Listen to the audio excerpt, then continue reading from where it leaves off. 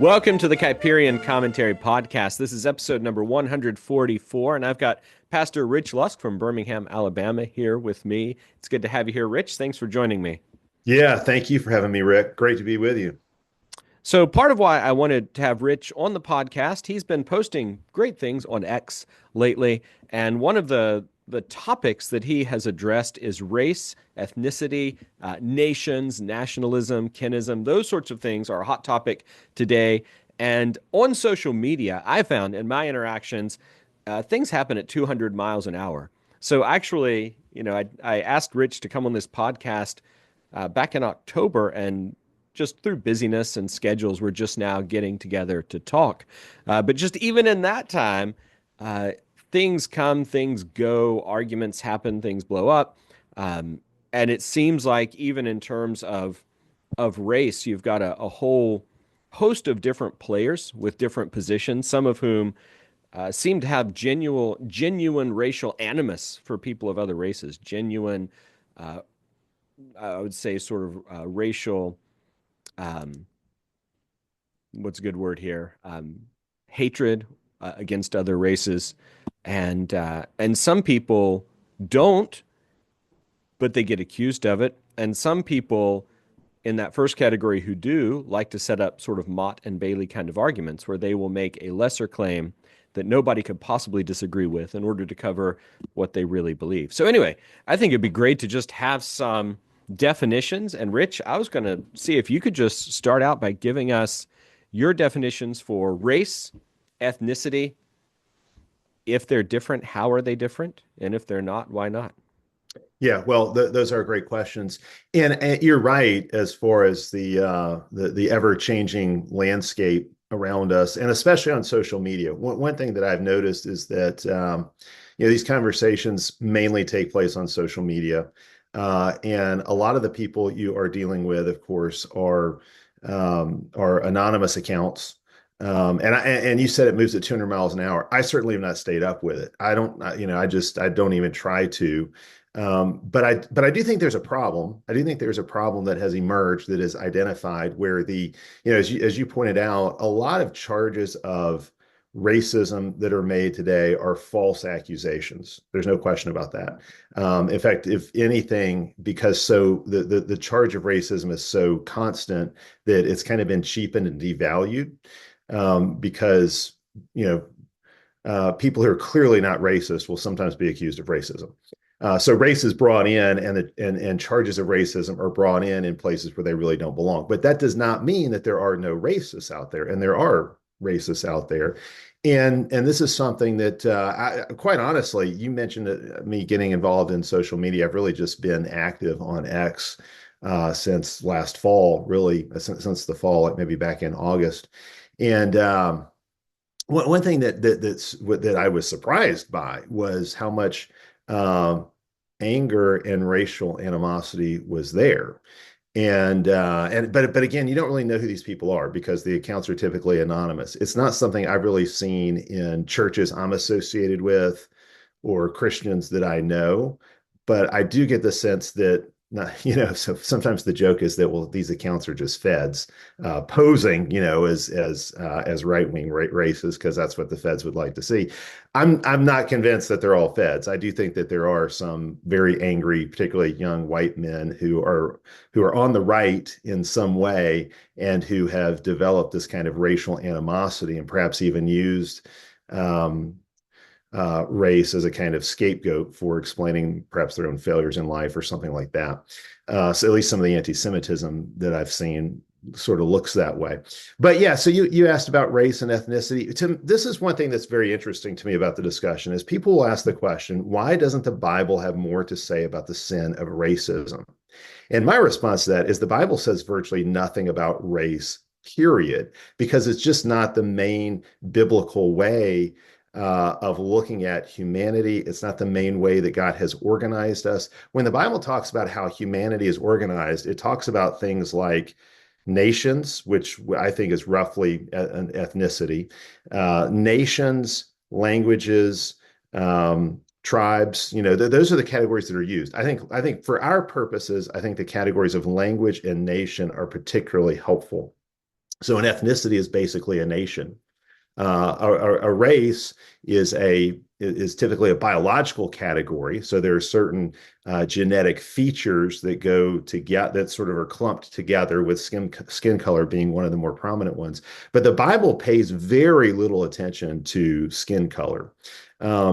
Years ago, I wrote an essay called "Is the Bible Colorblind?" And I asked the question. I just said, if you did not know that human beings came in different skin colors, could you figure that out just from reading the Bible? And of course, there's a handful of passages.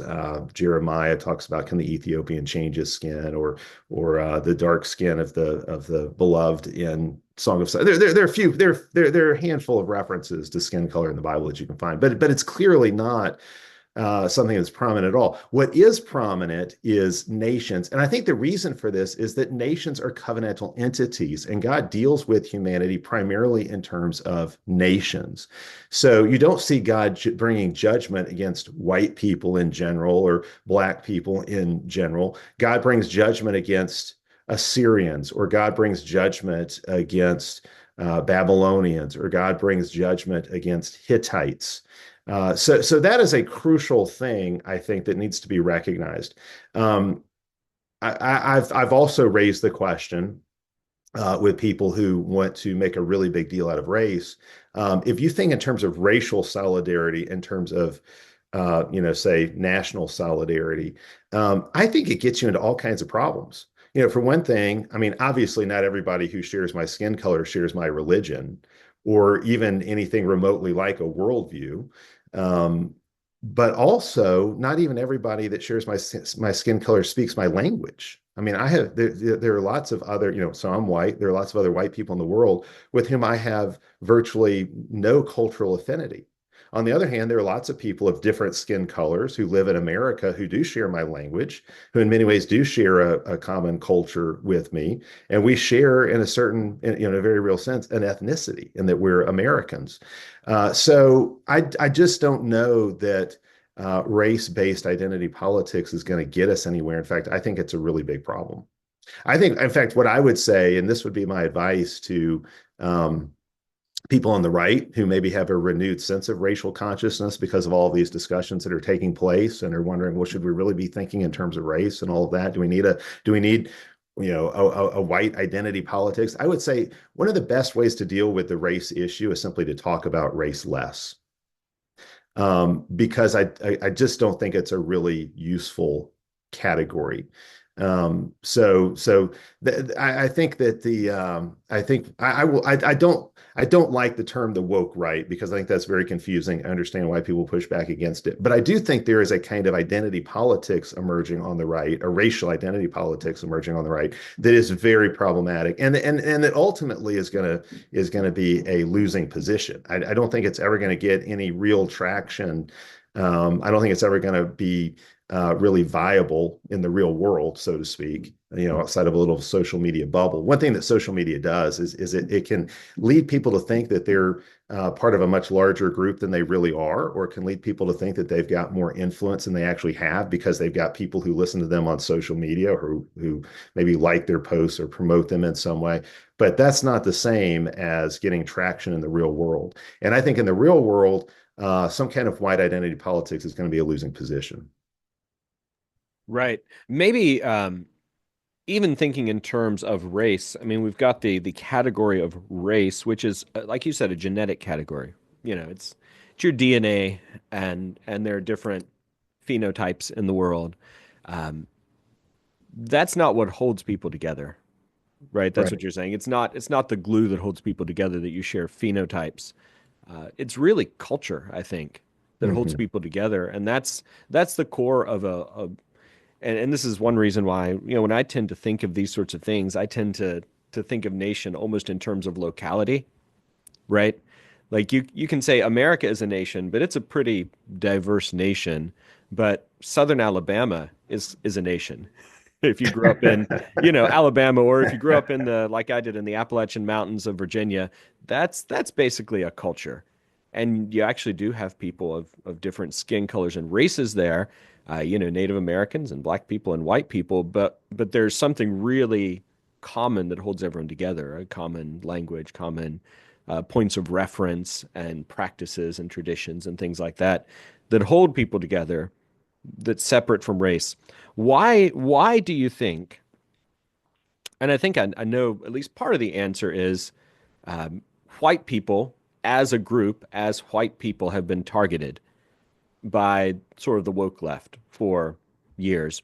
Why do you think people want to make race their primary identifier, though? What is the draw to that versus, um, I'm a Lynchburger. I live in Lynchburg, Virginia. That's my identity. What is it about race you think that makes people want to latch onto that versus something else culturally? Yeah, that's a great question. And I don't know if I really have an answer to that question, but I will say this. The kind of racism that exists today and has existed, well, just the kind of racism that we're familiar with has really only existed for the last couple hundred years because people did not think of now. One debate that takes place today is whether or not race is even real. And you have some people who say, well, there's only one race, the human race. And so what we think of as the different races, they don't really exist. Okay, there's just the human race, that's it. Race is nothing more than a social construct. Race doesn't really exist. And that's one way that people have tried to put an end to racism, basically, is by saying that race doesn't really exist. It's completely arbitrary to judge people by their skin color. And I can see why people want to go that direction. And I would say that in many areas of human life, that's not a bad way to think about things. I mean, when I was growing up, and this was, sort of the legacy of, I think, I think that obviously Martin Luther King was a very problematic figure in all kinds of ways. But I think when he said that people should be judged by their character and not by their skin color, I think that's basically true. I mean, I think that's that is a correct way of thinking. So, for example, if I am going to hire somebody to build a bridge, I don't care what skin color they are. I do care whether they're competent in bridge building. That's what matters. And when I was growing up, so I'm Gen X. Growing up, the goal was basically a colorblind society. It's not that color didn't exist, but a colorblind society was something of the goal. Like color should not enter into the judicial system. Like if somebody is tried for a crime, you don't know whether or not they're guilty or innocent just based on their skin color, any more than you would know whether they're guilty or innocent just based on their sex. You've got to look at the facts of the case, and every case stands or falls on its own. And so you're judged according to your individual actions and not just because you belong to a particular identifiable racial group. And I think that was a really good thing overall. But what's interesting, and I think in a lot of ways, America had basically attained to that colorblind society by the 1990s. I mean, like even in the 1980s, like our most popular athletes and entertainers and pop singers were all Black, and nobody really thought much about it, really. You had just to give you one example, most sports fans, the vast majority of sports fans would be happy for their team to win, even if they had a Black quarterback. Like they'd rather win with a Black quarterback than lose with a white quarterback. Like the race of it didn't matter. Like we just want to win. That's what's important. So the racial issue had kind of receded to the background. And I think it was really the Obama presidency that brought back this racial identity politics.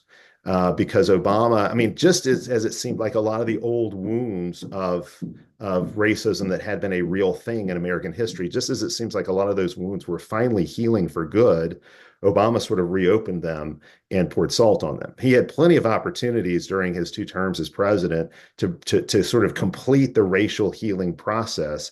And instead, he reopened those wounds. And then you get Trump, So it was an interesting thing for me to see. It's like we've almost moved into a sort of post-racial society, and then all of a sudden now we're obsessed with race all over again. And I think it's very, very unhealthy. Again, I think one of the best things we can do to deal with racism is simply stop talking about it so much, because it just doesn't really seem to help. So just thinking about it historically, that's what I think I've seen. That's what I've seen happen in my lifetime. But if you go back pre-Darwin, or we'll say pre-19th century, people did not think about race in the way that we do. So just this is one really interesting thing. when Europeans came to, what we would call the New World, North America and South America, but particularly North America, and they encountered the Indians, they did not, one of the standard lines that you'll hear is, "Oh, well, they were racist, and so they mistreated the Indians." Well, actually, they were not racist against the Indians at all. Now, they did sometimes mistreat them, but I think that gets exaggerated a great deal. But they actually had no sense that the Indians were a different race. The Spanish conquistadors, the other early colonialists who came over, did not think of the Indians as a different race at all. In fact, they thought of the the American Indians, as the same race as themselves. And they would often intermarry with them. In fact, we got a whole new quote unquote race out of that when the Spanish intermarried with the Indians and produced the Hispanics. And oftentimes for example, the English settlers that would come over, they in many cases would intermarry with especially the Indian aristocracy, the daughter of the chieftain or something like that. Whatever animosity they had towards the Indians was not at all based on race, and in many cases they sought to have very cordial relations with the Indians. And they actually thought that different skin colors were the result of living at different latitudes rather than genetics. They Right. didn't have, the science of genetics, and they just didn't have the Mhm. experience of the world in order to know why different humans have different skin colors. They actually thought it was a matter of latitude, Right. where you live on the face of the earth, rather than these are different racial groupings. Well, and that makes sense if you compare like a Swedish person to an Italian, right? Yeah, yeah, yeah. I mean, they had. I mean, obviously, they didn't have a full scientific reason for what they thought, but that's how they thought about it. And so they were not racist at all in the sense that we think of racism, because this wasn't even a category for them. So what we think of as racism is a relatively new thing. Now, if you go back in history, what you find is a lot of the conflict like we think in terms of racial conflict, like blacks versus whites. They thought almost entirely in terms of ethnic conflict, okay, Mhm. nation against nation, and most of their wars were fought that way. Nobody ever aligned with somebody just because of skin color. That's simply unheard of. That's not the way they functioned. So our particular form of, and again, this goes back to what I said about why the Bible doesn't address it. It's just not a biblical category, and it's not a category that most people for most of history have thought in terms of, or at least not given it anywhere near the kind of prominence we Mhm. have, especially since Darwin. Okay, now there was, I mean, it's not like Darwin did not invent the doctrine of evolution, but he did give it a plausible, at least for some people. I mean, I think it's one of the greatest hoaxes ever perpetuated. Yeah. Darwinism is just a lie. But for some people, it looked like it was scientifically plausible. But there was a doctrine of evolution floating around certainly before Darwin, and really it was that evolutionary thinking that fed into racism much more so than anything you would find, say, in the Christian tradition. Even the rise of African slavery in the modern world was to some degree driven by that, but mostly it wasn't really. They didn't think in terms of race even then, and Mhm. and it was not. Um, well, again, it was mostly in terms of ethnicity. That's just how people thought, and so I think that if we're going to think biblically about these things, we've got to recover biblical categories. And to the extent that we do so, race is going to play a relatively minor role. I talked about one extreme that says race doesn't really exist. The other extreme would be race is everything. Race sort of predetermines everything. I'm a racial realist in the sense that I do think that there are particular genetic groupings within the human family, within the human race. So we can talk about the one human race, since we all share in the image of God. We can also talk about what maybe would best be referred to as sub races within humanity. Right. And you can't think of them as different genetic groupings within humanity, where there are certain genetic features, including skin color, that are bunched together.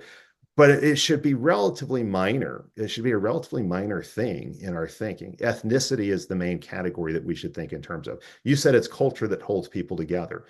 I think that's exactly right. And that's what we have to look at. We have to evaluate people not by their skin color, but by their character and their culture. That's how the Bible would have us do it. And we can make generalizations, but again, the Bible's generalizations about people are not, they're not racial.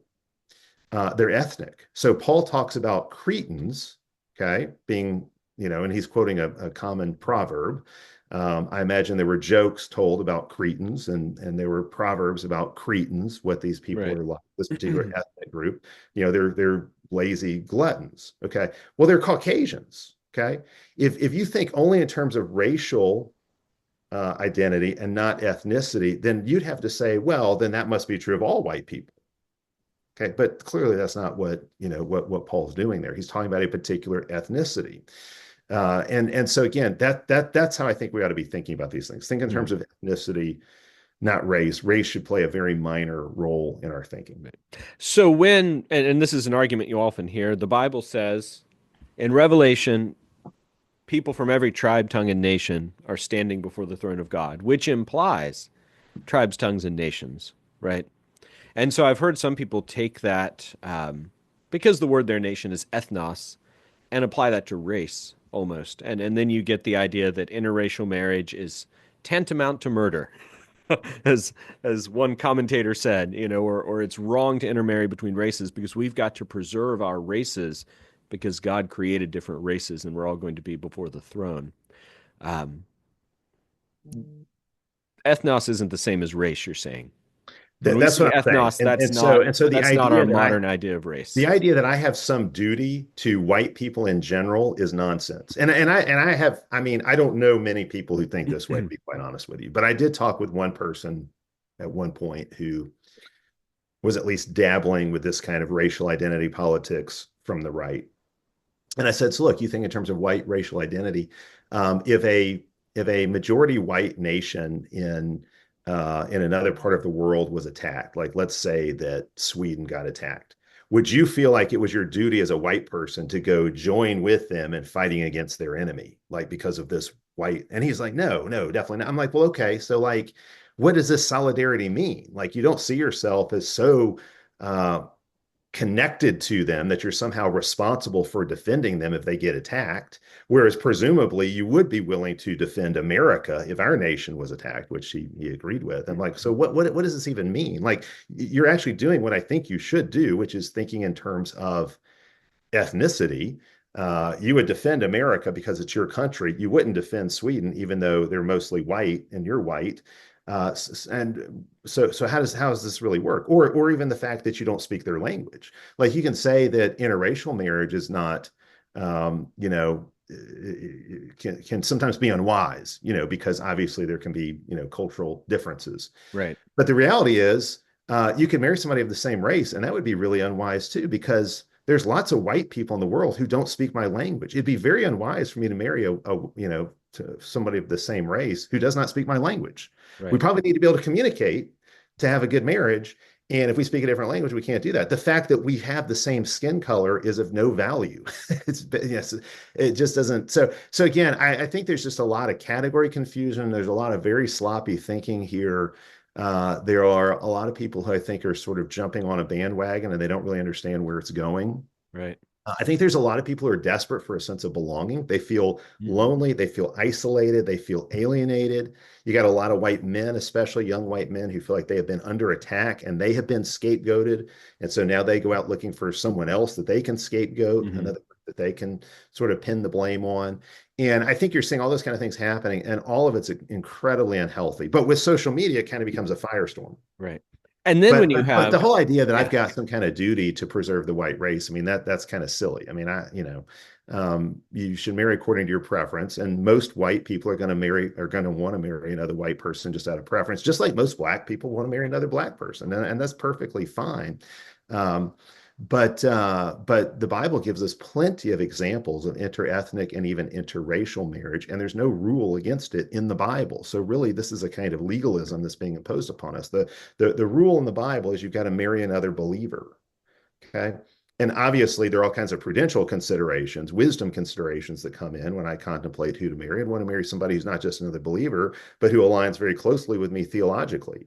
And obviously, I think I've got a better chance at having a happy marriage if I marry someone who's got a similar background and similar um, comes out of a similar culture. Right. So all those things make perfect sense in terms of just preferences, but to turn that into some kind of law or some kind of obligation is really nonsense. And again, to do so is to violate scripture because scripture gives us plenty of examples of godly, faithful, interethnic, and even interracial marriages. I mean, Moses married an Ethiopian woman, and when Miriam opposed it, God punished her by giving her leprosy. Right.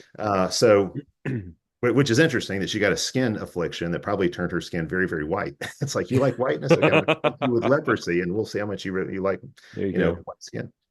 One thing I've even seen in the White Boy Summer memes and, a lot of the memes and pictures that get shared, the name is White Boy Summer, but really what you're seeing is a celebration of Western civilization more than anything else, it seems like. It's not even really the race that people want to latch onto. It's the accomplishments of your culture's past, Right, right? right.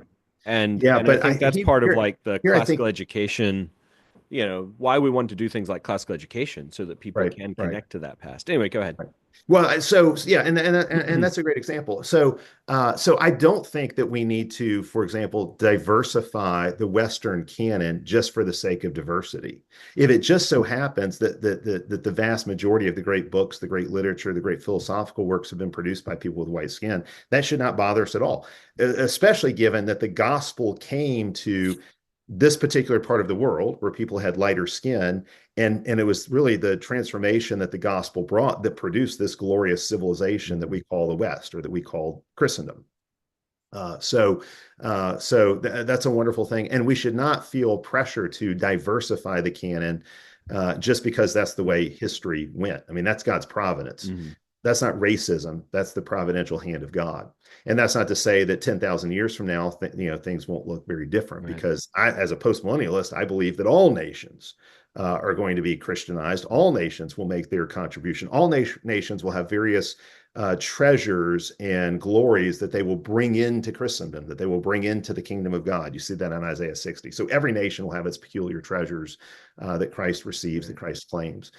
So it's not just white nations Right. that will do that. But so far in history, that has predominantly been where the gospel has spread and has created civilization, glorious civilization. But this would be my caution about it, is to turn it into a thing about race. So if White Boy Summer is just, having fun making silly memes, I mean, I don't really have a huge objection to it. I'm still a little concerned because I think the racial identity politics thing is just it's misguided, and you're excluding people that you really need as allies if you actually want to be successful in the culture war. I mean, there's absolutely no reason to alienate.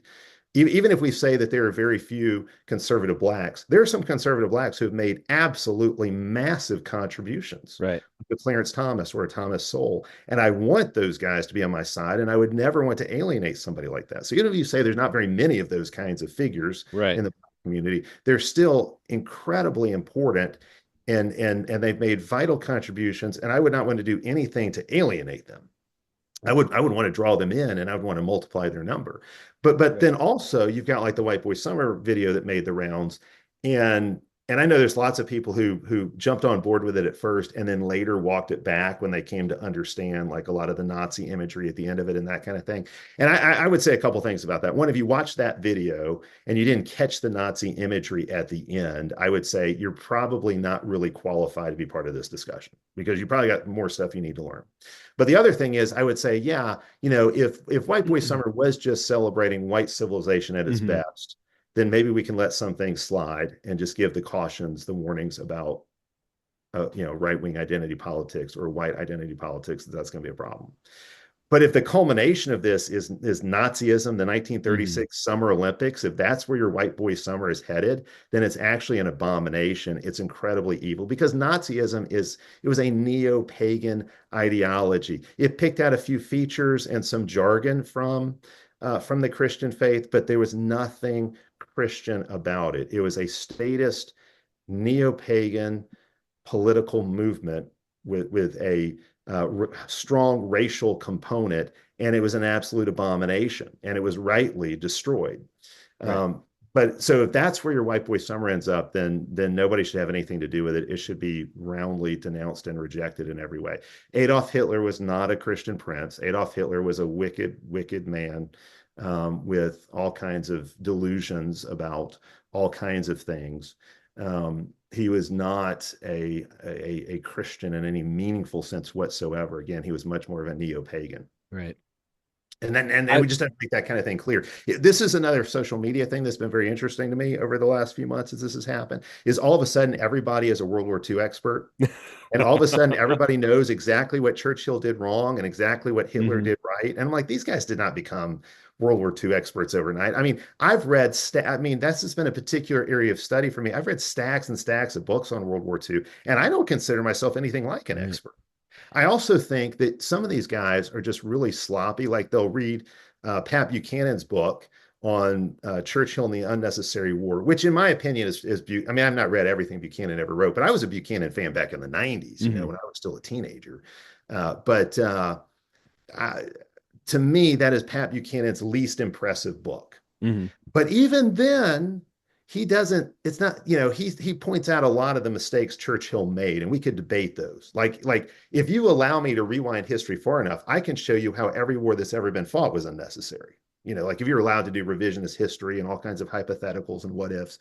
But I thought there were some places in the book where Buchanan just made some pretty significant missteps or had a significant misunderstanding or was very just naive about some things, quite honestly. And I say this as a huge fan of Buchanan. I just don't think it's a great book. But Buchanan never, you know, while he pointed out all kinds of problems with Churchill, and you can make that case that America should have just stayed out of Europe's wars, all of that. And there were certainly things that went wrong at the end of World War One. Buchanan never turns that around and says, well, actually, and by the way, Hitler was the good guy in this. He doesn't do that. It's more like everybody was bad, and the people that were on the winning side um, that we have lauded as great heroes, like Churchill. Well, really, they had some pretty significant flaws that we need to be aware of. Okay, that's legitimate Right. history. But he never does what some of these guys do, and he never lauds Hitler as some kind of great Christian leader, or in any way minimizes his wickedness. Same kind of thing with Rusty Reno and the post-war consensus. I mean, a lot of these guys who point out, you know, oh, the post-war consensus, you know, it's, you know, everything that's gone wrong is gone wrong in the modern West because we have reacted against Nazism. And so it, you know, because of the Nazis, we have to be multiculturalists. Because we don't want Nazism to rise again, we've made racism the ultimate sin. Because we don't want Nazism to rise again, we can't be patriotic. You know, all those kinds of things. You know, and I think there are huge problems with the post-war consensus. Absolutely. But Rusty Reno does not take the post-war consensus and say, well, therefore, we also need to recognize that Hitler was good. He never does Right. that. So you got people who are taking his language and categories and all of that about the post-war consensus and then doing something radically different with it than he himself does. So I think a lot of these, particularly young men who have latched on this kind of thing, it's they need guidance. They need fathers or mentors or pastors, somebody in their life who knows more, who has wisdom about these things, who can keep them from overreacting in ways that will be very, very destructive in their own personal lives, and especially if this, you know, very problematic ideology were to spread, it's going to be a huge issue in all kinds of ways. Right.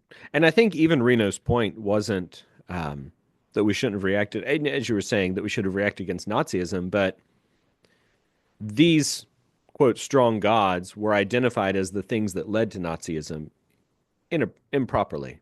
Those weren't the things that inevitably lead to Nazism. Those are the things that undergird human civilization, and they will bounce back one way or another. This is just Right, natural. right. It's So, it's I mean, he inevitable. wasn't Right, saying, you know, this is good, you know, it led to Nazism, and that's a good thing. It was that Nazism happened. This wasn't the sole cause of Nazism, you right, know. right. So, absolutely. I am a bit baffled, honestly, about the love Hitler gets, and It's weird it's weird. and wicked. I mean, Anyway, I'd like to think most of it is yeah. done out of ignorance because people Hmm. are not well educated, but it is very disturbing. Yeah. Well, that is honestly part of why I think it's good in, you know, I teach some classes for Veritas Press. One of the things they have to read, students have to read, and I think 11th grade. 12th grade, actually. It's 12th grade they read it. They read Mein Kampf by Hmm. Hitler. Hmm. And I think, I don't know, I've read it twice now. Once you've read it a couple times, it's really hard to look at that and think, yeah, this guy had it figured out. He's the one. Right, right. Which is crazy, that we have to even make that point. I don't understand it. I don't understand where the and again, I think this is probably contained to a very small bubble of people on the internet, and they feel like they're a lot more important than they are because they sort of, magnify each other's postings and whatnot. But it is out there, so you do have to say it. I say, look, we defeated the Nazis once. We'll do it again if we have to. But yeah, to me, the whole thing's crazy. What is I think driving a lot of this is a renewed anti-Semitism. Mm, And I think that's where a lot of the Hitler love comes from, is that, well, Hitler was opposed to the Jews. The Jews do all kinds of bad things. And so therefore, Hitler must have been good. Like Hitler was one of the last to stand against the Jews who now dominate the world. It's so let's talk about anti-Semitism for right. just a minute, because this is another piece of it. Right. And here, And just to, can I set the stage just a little yeah, bit yeah, set for the that stage. conversation? Is I think that's another one of these areas where definitions just aren't being made well. People are spouting off all sorts of ideas and they're not distinguishing between, like, okay, Jew in an ethnic sense, Jew in a religious sense, the religion of Judaism, um, and even in terms of, the common trope, like the Jews killed Jesus, the Jews are guilty of his blood. Okay, the Jews who killed Jesus were guilty of Jesus's blood. And Jesus brought judgment on them in AD 70 when the temple was destroyed. Some of these sort of category errors where you can't pin someone down. Well, what is a Jew exactly? I think is a big part of it. But go ahead. Just kind of Well, setting. so that whole question, that whole issue, the Jews killed Jesus, it's incredibly um, damaging to the gospel to put it that way, and not I mean, what we need to say is all of us crucified Jesus because he died for all of our sins. Okay, so we need to understand our own participation in that event in a certain kind of way. Also, in Psalm 2, it's not just the Jews, it's the nations who conspire against God's anointed. And of course, in Right. the gospel accounts, the Jews do play their role in putting Jesus to death, but the Gentiles do too. It's actually Jew and Gentiles together conspiring against the Son of God. So, which is really, really important to understand. So, yes, there's a certain Right. role that the Jews played because Jesus was a Jew. He came to his own, and his own rejected him. I mean, opening verses of John 1 tell us that. We see that play out throughout the gospel narratives. But Jesus died for all nations. He died for the sins of the world, and he was put to death by the world. And it's really important to recognize that. So, And that's so why it's interesting. I'm sorry to interrupt, but it's no, go interesting that ahead. every week in church we recite, "He was crucified also for us under Pontius By Pilate." Pontius We Pilate, don't say he was crucified also for us under Caiaphas. Caiaphas. Right, right. Anyway, No, I've go thought ahead. about that too. Yeah, you're exactly right. It's the Gentile ruler who got his name memorialized in the creed, which is just interesting. Um, So, what about this resurgence of anti-Semitism?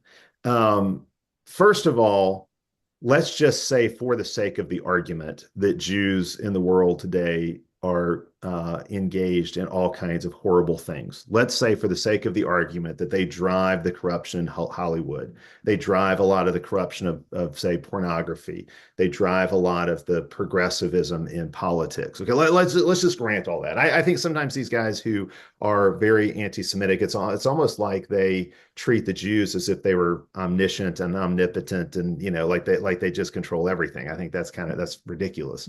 But that's how they'll sometimes talk. Let's just say, for the sake of the argument, that Jews are disproportionately involved in promoting evil things in our world. Okay, what are we supposed to do with that information? What's the practical cash value of knowing that fact about the world? I mean, are we supposed to wish that Hitler had killed more of them? Are we supposed to think that they need to be exterminated in our day? I mean, if you get on board the Hitler train, that would seem to be where that leads. What I would say we're supposed to do is, well, all the more reason to go evangelize them, all the more reason to pray for them, all the more reason to ask God to convert them and change their hearts.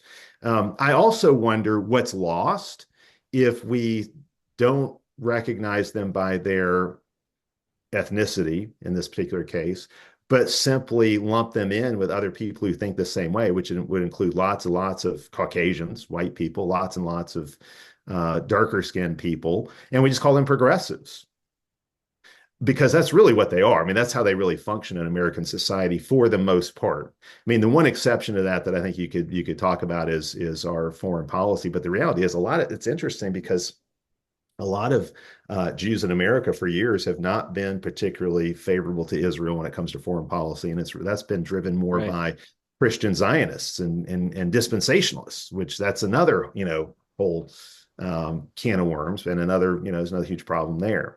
But so there's just a lot of weird things there that have got to be figured out. But even if we say that they're disproportionately well, and this is another thing I would say, is look, like if you think 21st century Jews are bad, you should read what the Apostle Paul had to say about first century Gentiles. It's not a flattering description at all. I mean, go read Ephesians 4 and what he says about the Gentiles, how their minds and hearts are darkened and they're engaged in all kinds of immorality and they're corrupt. And he's talking about us. I mean, most of the Gentiles that Paul was familiar with were white skinned. Right. So, that's his description of us. Now, and if we want to celebrate the glories of of Western civilization, we'd have to say, well, obviously these people were transformed by the gospel. Okay. Look at what Paul says about Gentiles in Romans 8 and in Romans 1, verses 18 to 32. Okay. That was us. That's our heritage. That's where we came from. He's talking about people like us. It was our ancestors who gave up the natural use of the woman and engaged in sodomy. It was our ancestors who traded the worship of the true and living God, clearly revealed in the things that He had made, in order to worship lower creatures. Those were our ancestors. You and me. That's where we came from. Those are our roots. So now, in Romans 2, Paul goes on to talk about the sins of the Jews. Okay. So, and that's his whole point, is to kind of lump everybody together, Jew and Gentile, Right. and say, you're all sinful, you're all wicked, you're all condemned. Mm-hmm. Okay. But there's just so many things wrong with this particular way of thinking about anti-Semitism or thinking about the Jewish people. So, but I would say with this resurgence of anti-Semitism, that's really where it's got to start. Is even if we grant that all these things are true, what do we do with it? And I can't see that there's any. I mean, you may have thoughts about this, but I can't see that there's Yeah. any great advantage to talking about them as Jews as opposed to simply Mm-hmm. talking about them as progressives. I Right. mean, and I'm not at all convinced that the narrative is even true, that the Jews have done all this disproportionate damage. Right. Perhaps in some areas, but the reality is we don't need them to do all kinds of damage ourselves. We got plenty of we got plenty of Gentiles, black and white and whatever else, Mm-hmm. who've done all kinds of damage in destroying and undermining Western civilization and whatever was left of Christendom.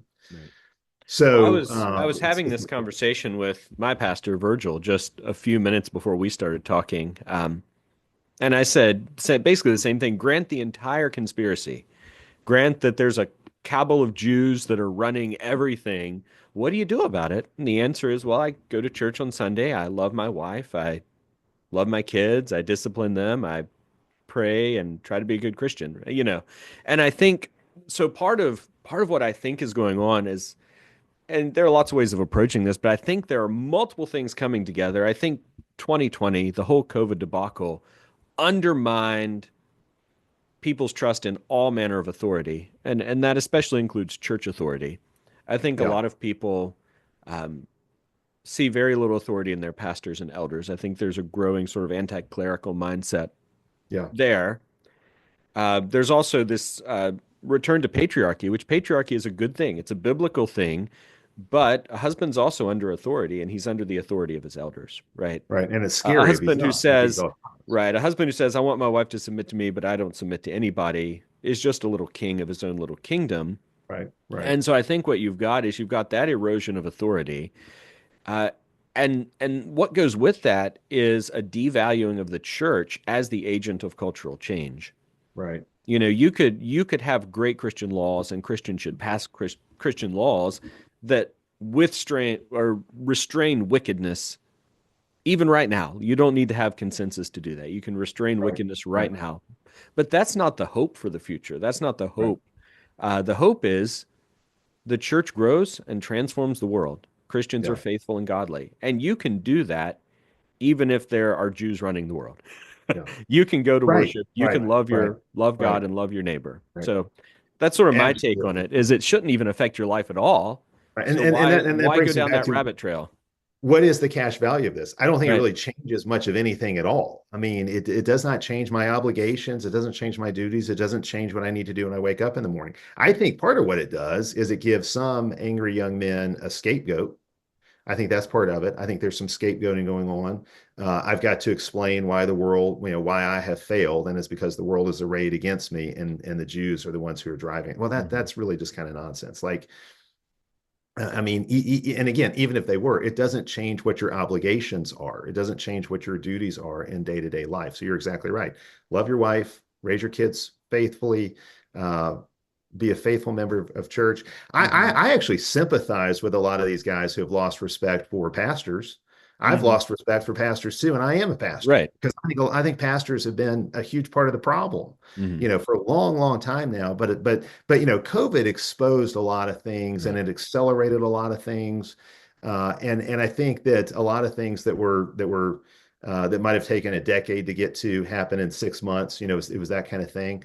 And yeah, I mean, Right. I share a great deal of that frustration with Mhm. pastors who have no backbone. They didn't have the spine to stand up during COVID for what was right. They really have not had, so many evangelical pastors have gotten on board with things like critical race theory and they BLM and all this kind of stuff. And so I understand a lot of that Right. frustration. Now I think, churches like yours and like mine are exceptions in the sense that we stood up against COVID, we stood up against critical Mhm. race theory, all that kind of thing. I don't have any problem at all acknowledging. I mean, I read Jeremy Carl's book on anti-white discrimination. I think what he says in that book. I think it is happening. I think that's real, and I think we Mhm. need to deal with it. But I also think that there are great opportunities in front of us, like the vindication and acquittal of Daniel Penny is a great example Right. that the thing, there's still shred, even though it seems like our legal system is in tatters and it's just been